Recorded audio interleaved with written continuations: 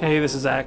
About a month ago I went to South by Southwest and I wanted to share some of my experience from being there. So I've just gone through the process of picking up my badge and my gift bag, and I got here at about 11:30 a.m. and the wait wasn't too bad. I was in line for about half an hour, but the first thing that I learned was that after I got my badge and I walked back downstairs, the line had grown 10 times bigger, and those people look like they're going to be in line for 2 hours. So that's my first lesson learned. You hear a lot about filmmakers being cautioned that even screening at a festival the size of South by Southwest isn't the sort of thing that's necessarily going to lead to a distribution offer, let alone a sale that would cover the cost of making the film. So I wanted to find out how filmmakers were managing their expectations and how they were incorporating a festival like this into their overall strategy for getting their film out there. You're talking about managing expectations with involving festivals in your process, and I think we've made a little bit of a statement with making a release strategy part of your filming process and the production process in general, and making sure that you have a plan when you start writing and have a plan when you make your film. And I think that festivals should fit into that plan. I think that's not your end game, but that should be your big launch versus your big do or die situation. Well, I came here 2 years ago, and it was probably one of the best things I've done as a filmmaker. I bought the badge, went into as many panels as I could, studied, just tried to figure out who's who, who's here, who's there, whatever. And I think that that's like when I really started to, for the first time, get a grasp of what this industry is all about, and to realize just how small it is and how influential very few are. A lot of it's like, oh, if you know this person, they know that person, and you can kind of just hang and get to know the scene, and before you know it, somebody's recommending you or talking about your film, and that's the key.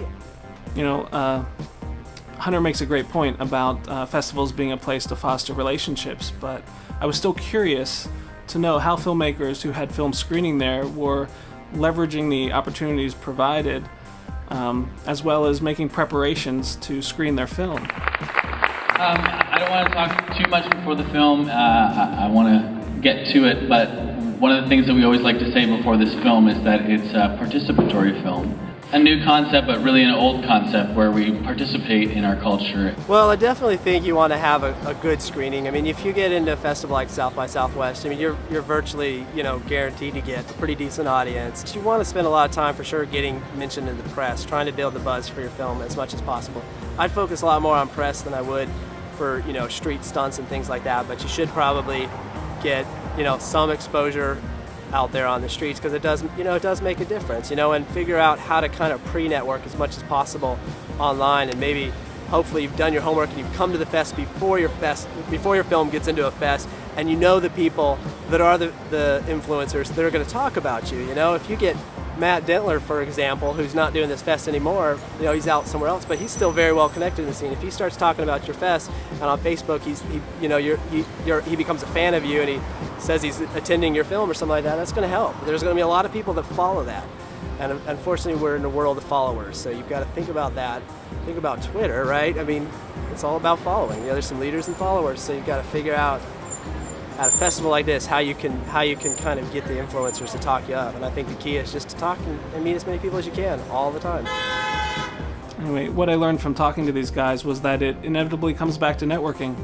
And so I asked Todd and Hunter to expand on its importance. There's a pretty incredible infrastructure already set up with festivals and the festival circuit in general. There's a lot of resources there. There's a lot of very passionate, supportive people. That's why they come to film festivals. And I think if you're a filmmaker and you have a film at one, you should really utilize that to support your release versus use that as your option for a release. In my opinion, I think a festival is a great springboard for a release, or a great platform to jump off of, or even just a platform to utilize, if you're putting out feelers and doing research, or outsourcing content, that type of thing. It should be a marketplace for you as a brand versus a marketplace for just one of your products. For one, you've got to keep kind of invested in this industry if you really want to be in it. You've got to keep getting to know new players. It changes over time. New people come along, old people fade out. I mean, not really old people, young people, many of us after our first film. But I guess it's just a matter of continuing to network and continuing to talk to people and continuing to understand what is working for people out there and realizing that so much is based off of this relationship thing, which you can do a lot of now online for sure, but it makes such a difference when you're hanging out, you know, and you've kind of gotten to know somebody maybe online, but you've never really met them face to face, like you, Zach, until now. Now we're really buddies. We're the real buddies instead of virtual buddies. But it makes such a difference, and so I come to a festival like this because I want to be in a place where it's thriving, and a lot of these people are going to go and do some amazing things. They're doing this now, you know, you might read about them. They're the director of programming for some kind of unheard of, you know, distribution company, but eventually they're going to be with the ones that count, with the ones that have the money, you know, with a world that is vastly changing right now for us. Okay, so I think the thing that I really took away from this experience was learning that as a filmmaker, these festivals and conferences, they're really like our trade shows, and they're the places that we go to meet people that we might collaborate with in the future. They're the places we go to nurture relationships. You know, looking back, I only saw 2 films while I was there. The rest of my time was spent meeting and talking with people. So this video is going to kick off what we're calling a virtual panel discussion, where the other New Breed filmmakers are going to offer their own insights and share their own ideas on this subject. And of course, you're freely invited to join in and offer your own comments in the comment section. So thanks for watching, and see you around.